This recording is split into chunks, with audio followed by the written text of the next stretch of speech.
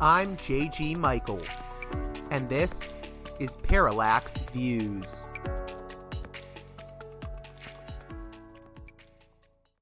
Hey there, Parallax Views listeners. Before we begin this edition of the program, I want to remind you that this show is almost entirely listener-funded, with the exception of my one sponsor, the great Mike Swanson of WallStreetWindow.com. So I could really use your support right now on Patreon at patreon.com/parallaxviews. One more time, that's patreon.com/parallaxviews. This is already proving to be a very, very busy month for me, so I could really use your support. And if you can't support financially, then get the show out there so more people learn about it and potentially decide to donate to the Patreon. Because of that, I could really use the support in any way that you can give it. So one more time, patreon.com/parallaxviews. On this edition of the program, we'll be hearing from Dutch-Palestinian analyst of Middle East affairs, Mouin Rabbani, about a number of different topics. It's a whirlwind conversation clocking in at just under 40 minutes. We'll be discussing the Iran war, Lebanon, Gaza and the West Bank, the unhinged propaganda and conspiracy theories coming out of certain pro-Israel echo chambers, as well as a recent controversial story that came out in the New York Times. It's a little bit edited because of YouTube's algorithms. You'll see what I mean when you hear it. But if you know that New York Times story, you know what I'm talking about. Allegations of SA in Israeli prisons. So we talk about all that and much more in this conversation. Before we get to that, though, I want to remind you to support my sponsor, Mike Swanson of WallStreetWindow.com, the best financial and trading newsletter out there. Mike's a straight shooter. I've had listeners make a return on investment thanks to his trading tips, and I highly recommend signing up for the newsletter at WallStreetWindow.com. The newsletter is free. Check it out, please. I highly recommend it. Mike's a great guy, and he does great work. So one more time, WallStreetWindow.com. And with that, let's get to the conversation with Mouin Rabbani.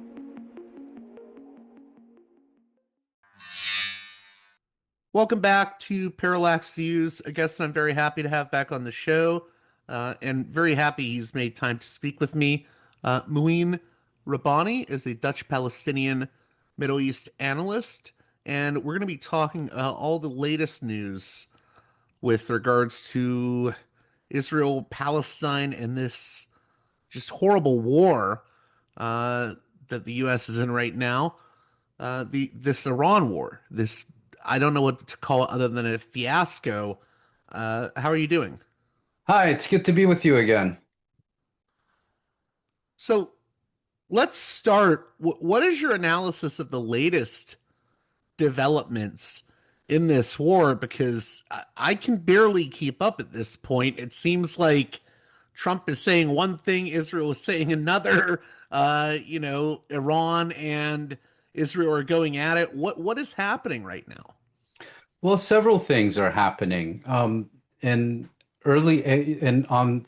28th, of course, Israel and the United States launched an unprovoked war of aggression against Iran, and they set forth very clear objectives for that war. Basically, regime change, removing all nuclear facilities and enriched uranium from Iran, curbing or eliminating Iran's ballistic missile program, ending Iran's regional alliances. And Israel had an additional objective that was probably not explicitly shared by the United States, and that was essentially state collapse, to ensure that Iran was no longer a functioning state capable of defending itself or exercising its sovereignty. And this, from Israel's perspective, this was supposed to be, let's say, the final act of a several years long campaign to establish unchallenged Israeli supremacy in the region that began in the wake of the October 2023 Palestinian attacks in southern Israel. They severely miscalculated. Israel's Prime Minister Benjamin Netanyahu and his senior military and intelligence officials persuaded the United States to sign on to this war, essentially with a promise that it would all be over in less than a week. Iran was so fragile that just, a few days of intense bombing would leave it completely out of sorts. It would be unable to respond coherently. It certainly wouldn't be able to seize control over the Strait of Hormuz and would be too intimidated to retaliate and too incapacitated to retaliate in any meaningful way. Well, it's unclear whether the Israelis genuinely believed their own propaganda or whether they believed that this was necessary to persuade the United States to take that first step into this war, and that once the US became involved, it wouldn't be able to just step out without incurring a significant strategic loss. Be that as it may, things didn't go according to plan. Initially, there was a very successful decapitation strike against Iran. Its supreme leader and other elements of its senior leadership were assassinated in the first moments of the war.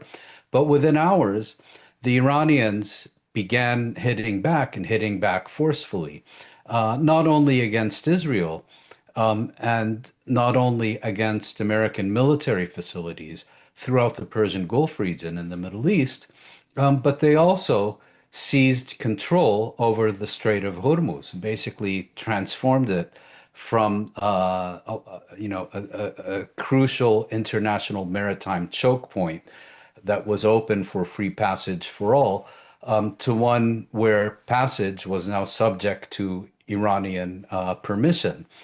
And it took only less than a week or two for the US to begin focusing not on its initial objectives, but undoing the damage it had inflicted upon itself as a result of its decision to go to war. And to make a long story short, in early April, I believe it was on April 8th, Iran and the United States reached a ceasefire agreement through primarily Pakistani mediation.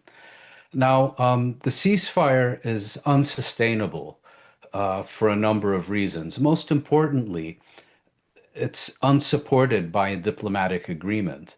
And in the absence of such an agreement, shipping insurance rates, for example, for ships seeking to transit the Strait of Hormuz are not going to come down.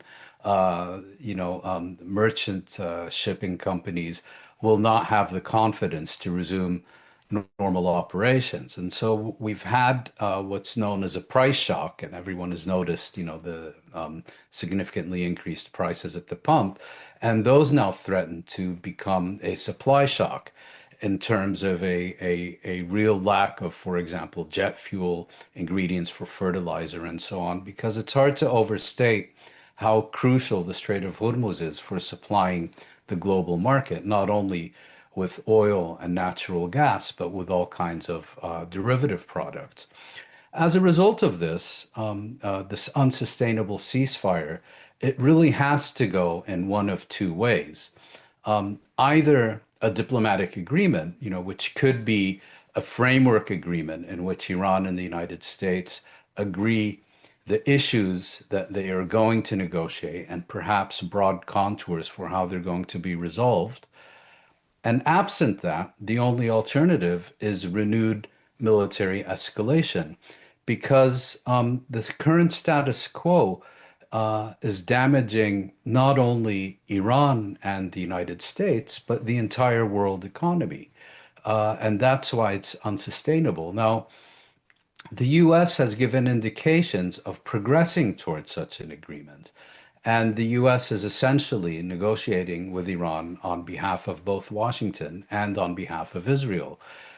Israel is dead set against an agreement. It believes that the military confrontation should not only continue, but escalate further in the hope that the initial war objectives of regime change in Tehran, state dissolution, and so on can still be achieved. And the main leverage that Israel has to prevent a diplomatic agreement is the intensification of its war against Lebanon.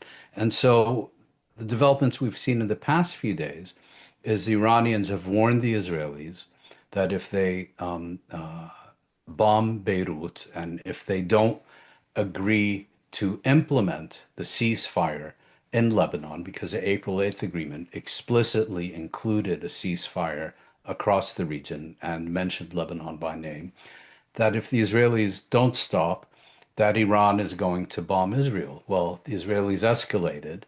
The Iranians did exactly what they said they would do, and they launched a number of missile salvos against Israel. Israel responded with bombing raids in against Iran and, of course, also within Lebanon. And now we have Ansar Allah in Yemen also bombing Israel. So, from Israel's perspective, this is an opportunity to reignite a full-scale war.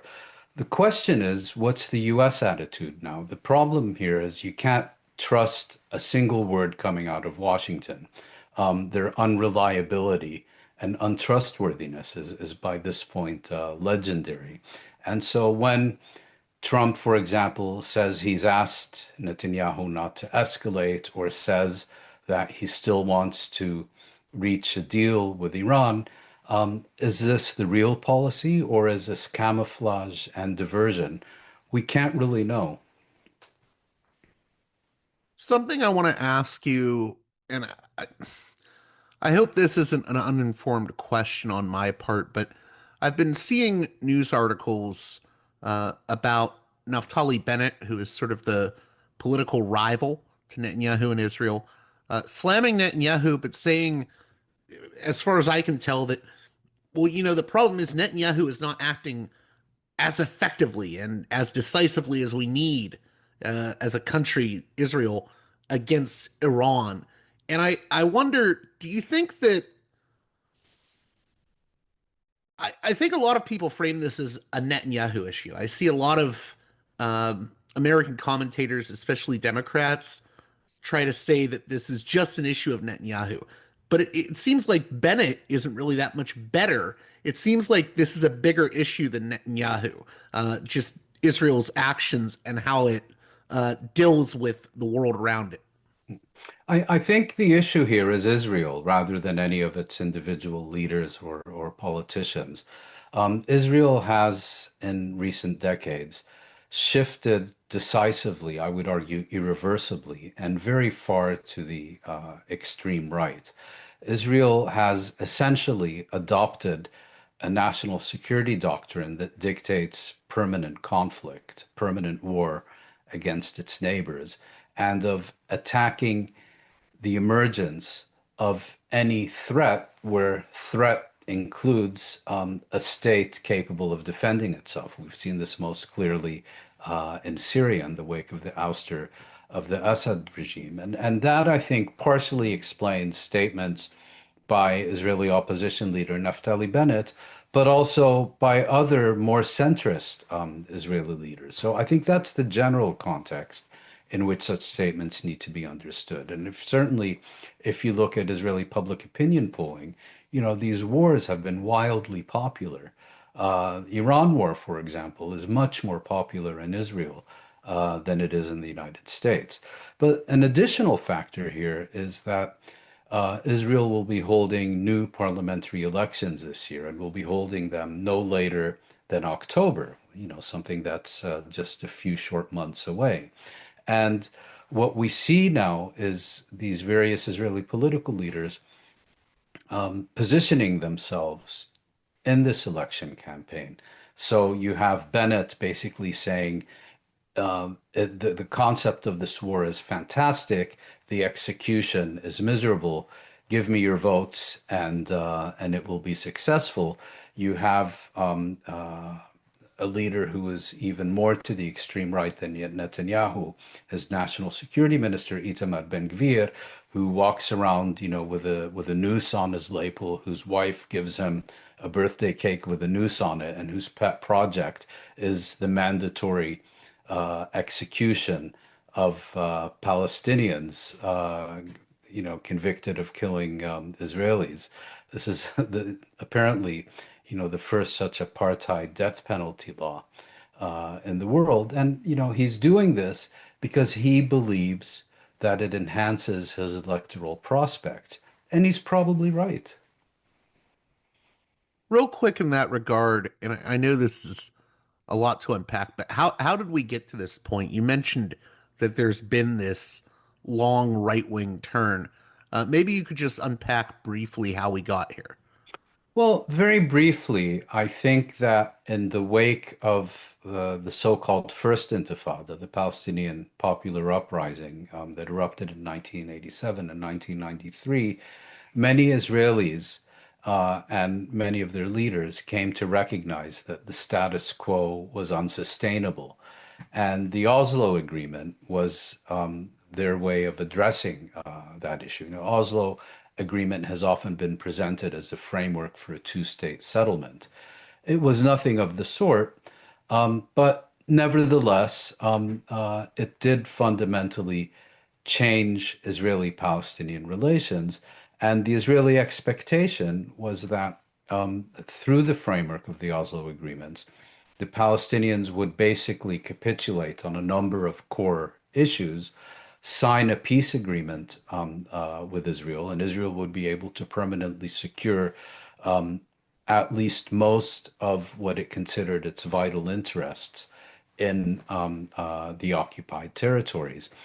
That framework began to collapse in 2000 with the failure of the Camp David summit, where it became clear that the most the Israelis were able, the maximum that Israel was prepared to give to the Palestinians, fell short of the minimum that any legitimate Palestinian leader could accept. And it became clear that Israel was essentially not prepared to accept and endorse meaningful Palestinian self-determination. The result was a second intifada. And in the wake of its violence, you had the suicide bombings in Israeli cities and so on, and the beginnings of this decisive rightward shift in Israeli politics. Israel reverted to unilateralism. In other words, it was no longer seeking an unattainable agreement with the Palestinians through negotiations because it understood that the very minimum required for peace was more than Israel was prepared to relinquish and to accept, and they switched to unilateralism, essentially seeking to impose a settlement through force and violence without an agreement with the Palestinians. And it's in against this general background that we saw, for example, the 2005 Israeli disengagement from the Gaza Strip, the intensified settlement activities in the West Bank, the repeated Israeli onslaughts on the Gaza Strip in 2008 and 2012 and 2014 and 2020. And this ultimately produced the situation that led to the October 2023 Palestinian attacks in southern Israel, which was, in my view, a Palestinian attempt by Hamas specifically to irrevocably shatter the status quo. And I think it's in this context that we should see this again, in my view, decisive, irreversible shift of not only the Israeli state and the Israeli political leadership, but of Israeli society as a whole to the very extreme right. You mentioned the utter unreliability of the United States. It's something I've talked about on this show a lot with other guests, even going back to the way that the first Trump administration tore up the JCPOA or the Iran nuclear deal. Yes. It's interesting. I see people saying, oh, well, Trump is fed up with Netanyahu now, according to this Axios leak, where, it's alleged that Trump yelled at Netanyahu, cursed him out and said, everyone hates Israel now. You're making my life so difficult. Um, I've been questioning of that. I'm curious what your thoughts are on that Axios reporting and more broadly, all this discussion of where does Trump really stand? Because I'm skeptical anymore. Yeah, I think a lot of it is strategic communications of trying to manage public opinion and diplomacy by presenting this image of significant differences between the United States and Israel. And this is also, I think, a mechanism through which Washington can kind of disassociate itself from what Israel is doing, regardless of their unconditional support for such Israeli policies. I think the real issue here is not whether any individual such report is accurate or false. I think a lot of them are false. I think a few of them are probably accurate, but whether words are significant. If one state is supposedly furious at another and there is absolutely no policy change, who cares what they think? Who cares about their feelings? The thing we should look at is U.S. policy, not purported eruptions of anger by this or that U.S. leader.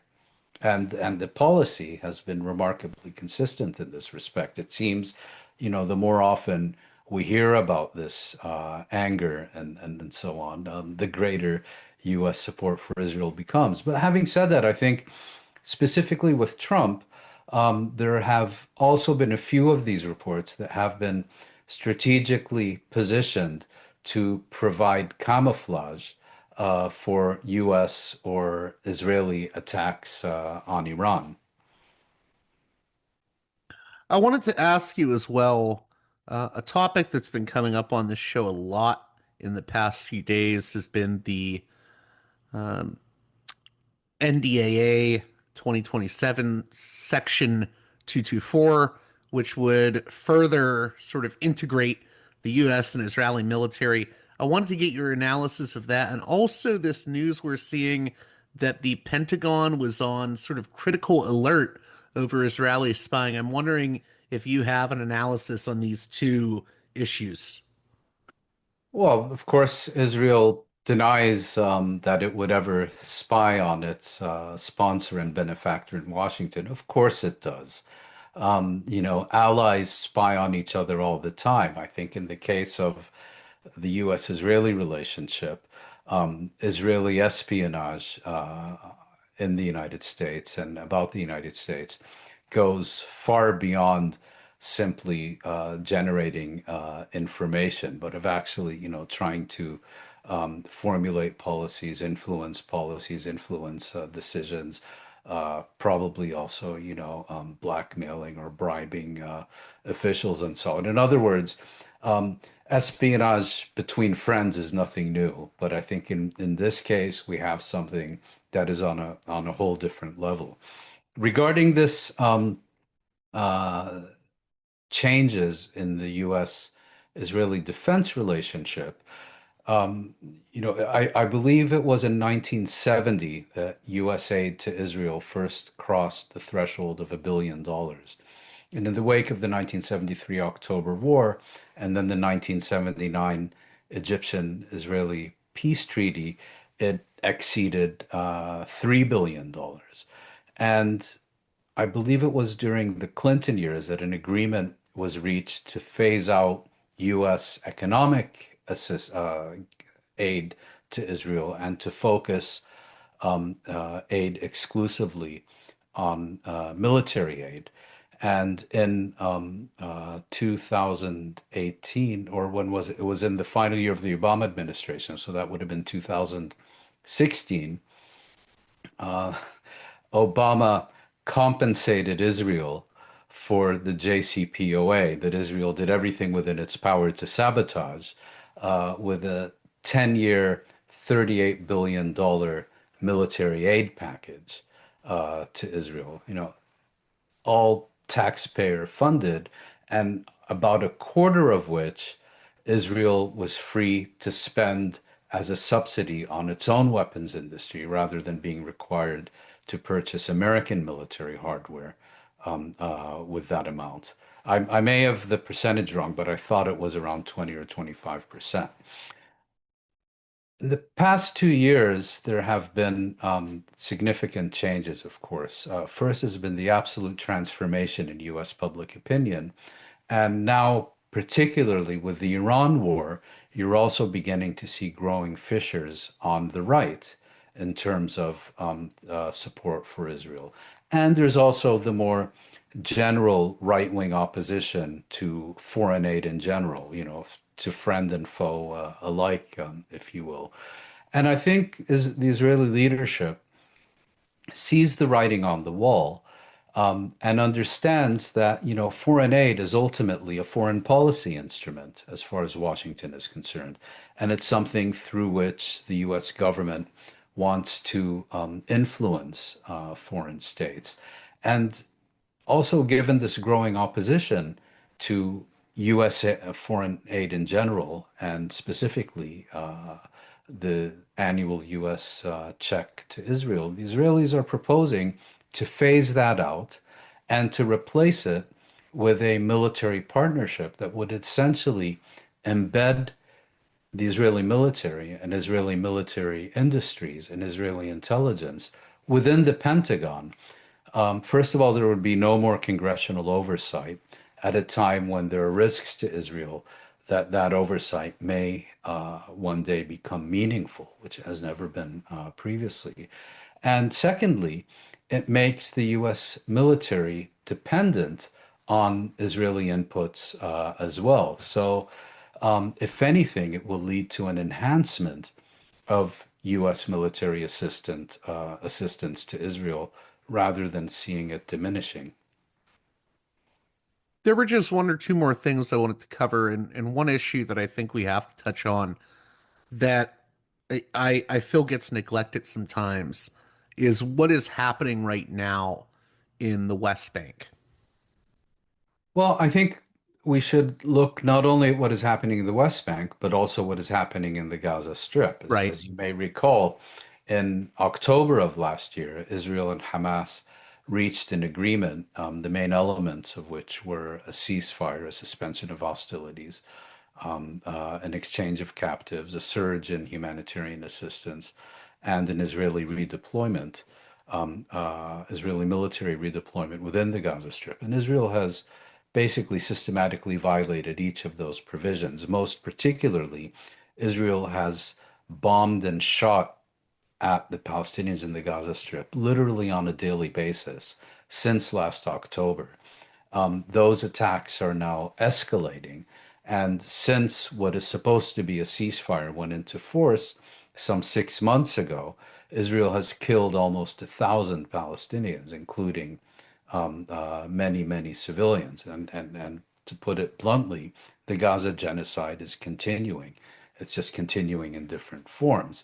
There remains a humanitarian emergency. All kinds of critically needed supplies are not being permitted to enter into the Gaza Strip. And what we have in the West Bank is an unprecedented intensification of not only Israeli settlement activity in the administrative sense of the word, but also of state-sponsored settlement militias engaging in all kinds of horrific violence and acts of ethnic cleansing and so on, particularly at Palestinian villages throughout the length and breadth of the West Bank. And it is essentially Israel now acting not only with the confidence that it has the ability to impose its final solution, if you will, unilaterally upon the Palestinians, but also acting with an urgency out of a realization, perhaps, that it is during the Trump administration that may be its final opportunity to establish facts on the ground in the way that it would like. Before we close, I know I originally reached out to have you on to talk about this New York Times piece. Um, it's a difficult topic to talk about, but it's essay is what we're talking about for people that don't know. Um, how significant do you think that piece was when it came out a few weeks ago? You're talking about the Nicholas Kristof Yes. Yes. essay about in the Israeli prison system. I think it was hugely significant. I mean, one can make all kinds of criticisms of that article, and I'm sure quite a few of them would be valid. But the unfortunate reality we live in is that when you have a report like this published in what is arguably the world's leading and most prestigious newspaper, the New York Times, written by an American correspondent, rather than a Palestinian or a human rights activist, puts things on the agenda in ways that were not previously available. And I think this explains the absolute hysteria of the response by Israel and its apologists and its flunkies, what I call the Hasbara Symphony Orchestra. And I think the reasons for this are quite clear. Not only is Israel being very credibly accused of the systematic rape of Palestinians in its prison system, practicing systematic sexual violence, including rape against prisoners in its gulag, so to speak. And Kristof, like others before him, brings the receipts. But this mass story, in fact, what was the mass hoax, was absolutely central to Israel's initial justifications for the Gaza genocide. And I'm sure you and many of your viewers and listeners will recall all the horror stories about mass rapes, about gang rapes, about necrophilia, and all the rest of it on October 7th by Palestinians against Israelis, men, women, and children alike. And of course, not a single one of these accusations has been properly substantiated, and most of them have, in fact, been thoroughly discredited and definitively debunked. But this idea that Israel was fighting against gangs of deranged rapists was absolutely central to its ability to mobilize support, both domestic and foreign, for the Gaza genocide.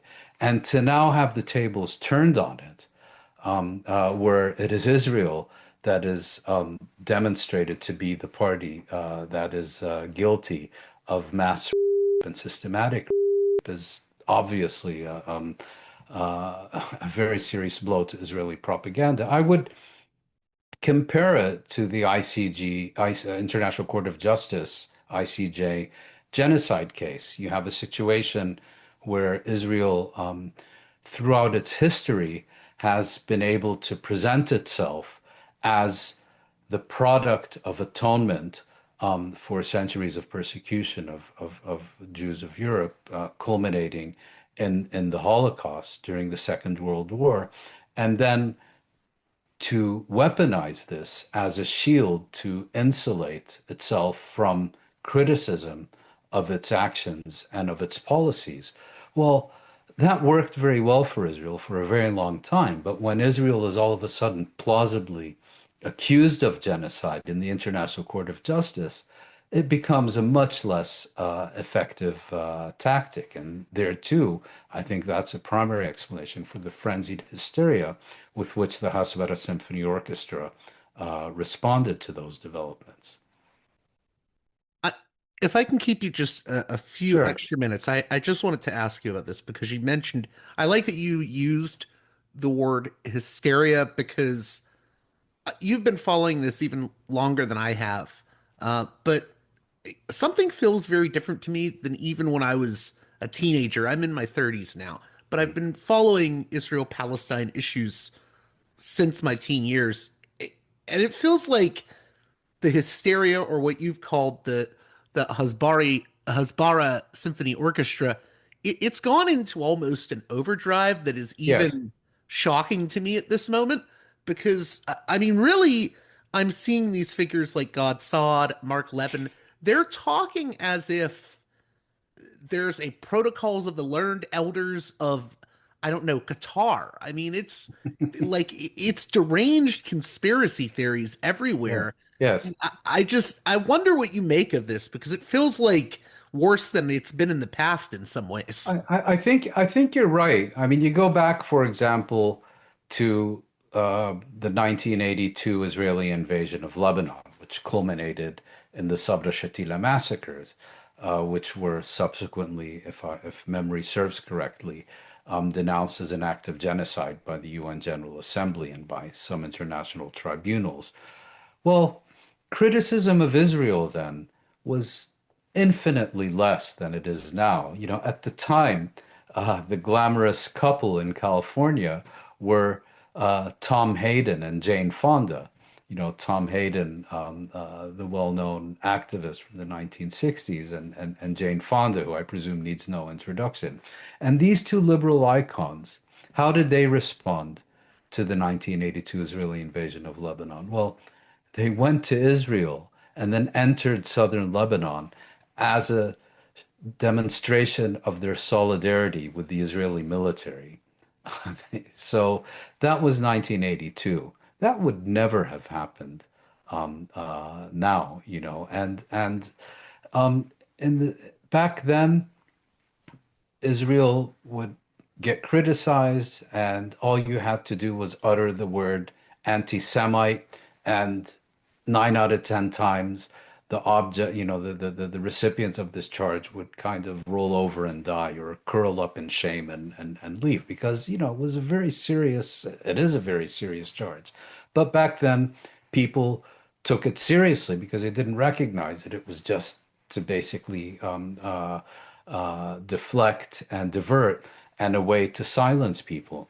The problem for these characters that you mentioned and others like them now is that Israel has definitively and irreversibly lost the public square. People are no longer prepared to accept Israel's serial fabrications, its explanations, its excuses for murdering thousands and thousands and thousands of Palestinian children and others. Um, People can see exactly what Israel is doing. They have their own ways of confirming what is true and what is false. So the old methods don't work anymore. And that explains, I think, what you correctly refer to as the increasingly deranged hysteria in trying to suppress not just criticism of Israel, not just condemnation of Israel, but seeking to suppress open discussion and debate, because that, generally speaking, can only result in one conclusion, which is that Israel is a rogue state, that it is a genocidal apartheid state, that it is a state that practices systematic sexual violence against political prisoners, including minors. So from that perspective, I think it makes perfect sense to say, no, this isn't about Israeli policy. This is some vast, Qatari or Muslim or anti-Semitic or whatever conspiracy. And you read through what these people are saying and writing. I mean, you know, the vastness of the conspiracies that they are alleging, it's just, it's incredible how, at some level, I'm sure they've gone so off balance that they probably believe it themselves. Yeah, and just to add to that very briefly here is it's all relying on the same tropes that have been used against Jews in the past. Yes, and The anti-Semitic tropes. if I can interrupt you, you're exactly right. And I call it the protocols of the elders of Mecca. Right. Well, that's what I was going to say. It's like it's flipped onto Arabs and Yeah, Palestinians yeah, instead of Jewish people this time, and it's yeah. it's these pro-Israel voices doing it. It's very, I would say, dehumanizing of Arab voices. Yeah, it's incredible. I mean, you look at some of these caricatures, you look at some of these tropes, and you compare the ones that are used against, well, it used to be Arabs, and now it's increasingly, particularly since 9/11, Muslims more than Arabs. And you compare those to the anti-Semitic caricatures and tropes of the late 19th and first half of the 20th century, they're indistinguishable. They're really indistinguishable. Well, of course, the eternal Jew is, of course, has sideburns and a kippah, and the eternal Muslim is wearing keffiyeh. But it's the same hooked nose. It's the same clause in societies that they're seeking to destroy, and so on. It's very indistinguishable. I want to thank you again for coming on Parallax Views and returning to the program. Real quick, how can my listeners keep up with your work? And if there's one thing you want my listeners to take away from this specific conversation we've had for the past 30 minutes or so here, what would that be? What do you want my listeners to get out of this here? Well, the genocide continues, and it's important to remain informed. And crimes can be stopped, criminals can be held accountable. And the first and most important step in doing so is to be properly informed. I'm available on social media. I can be found on Twitter, on Substack, on Facebook, and I also have a forthcoming book entitled Gaza Apocalypse, due out from OR Books in New York next month.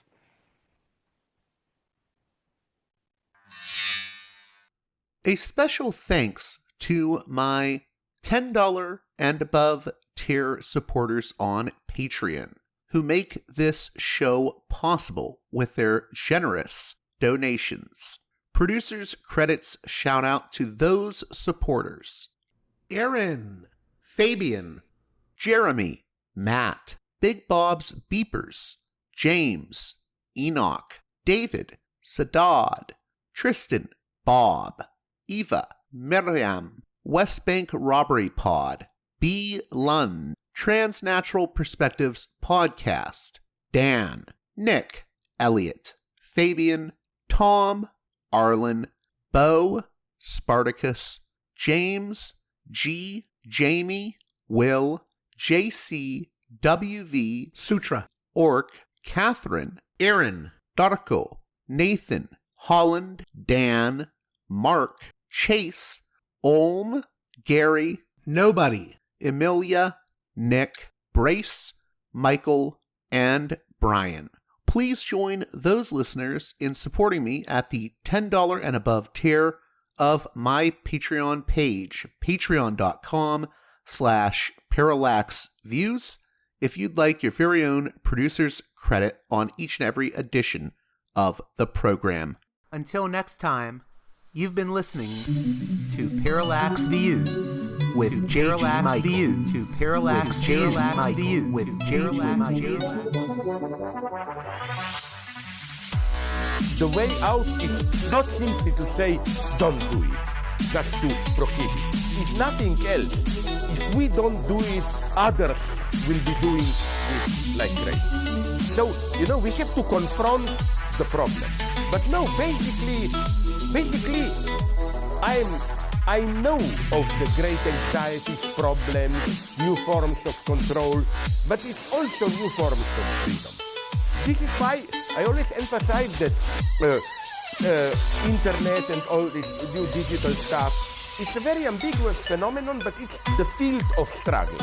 New forms of enslavement, but at the same time, new incredible forms of freedom. We have to accept the fight with no nostalgia for old, allegedly more authentic communities or whatever. I'm not afraid. I'm not afraid. I'm not afraid. I'm not afraid.